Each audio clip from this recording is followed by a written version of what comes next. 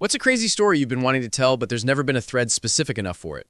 When I went to elementary school, there were two boys who were in the special needs class who were probably around 12, 13 when I was about 9 years old. We'll call them Dave and Matt. They were both retarded in what would seem to be a similar way, except that whatever kind of retarded they had, Dave got the lion's share of the retarded. It is important to note that at this point in time, I had the stature of Ralphie from A Christmas Story, and these guys look kind of like Ondor from Final Fight on the SNES. I know we're all supposed to be really liberal about these sorts of things, but at that time the teachers would always tell us that these guys were just like any normal boys. But as an example of what it was like to contend with them, one time one of them cornered me in the bathroom and said, "Want to see my dick?" And I ran away crying and screaming. So really, these guys should have been well segregated from Gen Pop. This is something that happened to me when I was 9, and I had no idea how to deal with it because hippie teachers just kind of rolled with these incidents. Anyway, we all attended a summer day camp thing together, which during the weeks was at the school, and Dave and Matt came to that camp too, and we're basically super best friends. We all hung out in the gym, and some of my friends dared me to sneak up behind the curtain and onto the stage to see what was up there. This area, of course, was out of bounds. So I do it, and I'm up there nosing around when all of a sudden Dave, the one with the lion's share of special needs, sneaked up on me and began choking me, presumably to death, for no reason. I thought I was going to die. I couldn't yell out, and no one could see us behind the curtain. I gave him a little shove, and he tripped up over his own 2 feet, stumbled backwards, and got tangled up in the stage curtain, so when he fell the 4 feet to the hard gym floor, he fell head first and split his head open.